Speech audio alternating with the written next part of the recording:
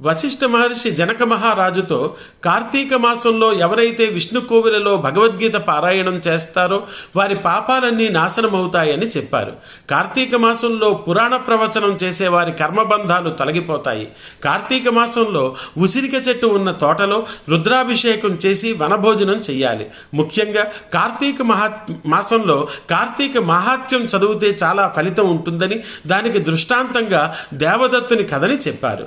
తన తండ్రి తనను కార్తీక వ్రతం చెయ్యమని చెప్పగా తాను కార్తీక పురాణాన్ని నమ్మనని, కార్తీక పురాణమంతా కట్టుకథలని దేవదత్తుడు అంటాడు. తండ్రి కోపంతో అతడిని అడవిలో చెట్టు తొర్రలో ఎలకవై జన్మించమని శపిస్తాడు.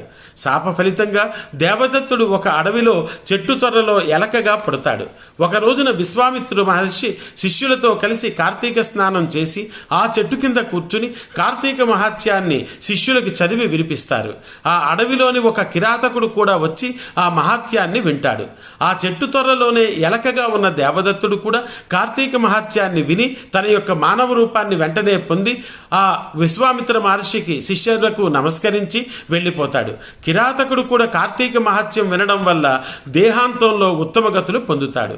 ఈ కథను చెప్పిన తరువాత వశిష్ఠ మహర్షి మరల జనకునితో ఈ కార్తీక మాసంలో దీపదానం చెయ్యడం ఉత్తమ ఫలితాలను ఇస్తుందని చెప్పి దానికి దృష్టాంతంగా అనాథ వితంతువు కథ చెప్పారు. ఒక అనాథ వితంతువు ధనార్జనే గాని భగవంతుడి గురించి చింతనే లేని జీవితం గడపసాగింది. అన్నాన్ని కూడా విక్రయించి పిసినారుగా బతకసాగింది. ఒక రోజున శ్రీరంగం వెళ్లే యాత్రికుడు ఆమెను చూసి జాలిపడి, అమ్మ, శరీరము ధనము అశాశ్వతములు, కాలముతో పాటు యవ్వనము కూడా నశించిపోతుంది. హరినామ స్మరణ వల్ల శాశ్వతమైన మోక్షం పొందవచ్చు. వస్తున్నది పవిత్రమైన కార్తీక మాసం. దానిని నువ్వు ఆచరించి ఆ కార్తీక మాసంలో వ్రతాన్ని ఆచరించి దీపదానం ఎలాగైనా సరే చెయ్యమని ఉపదేశించి వెళ్ళిపోతాడు. ఆ మాటలు విన్న ఆమె కార్తీక వ్రతం చెయ్యాలని సంకల్పం చేసుకుంది. ప్రాతస్నానం, విష్ణు పూజ, సంధ్యా దీపం విష్ణు కోవిలలో పెడుతూ పురాణ శ్రవణం చేస్తూ కార్తీక మాసం గడిపింది. చివరిని దీపదానం కూడా ఆచరించింది.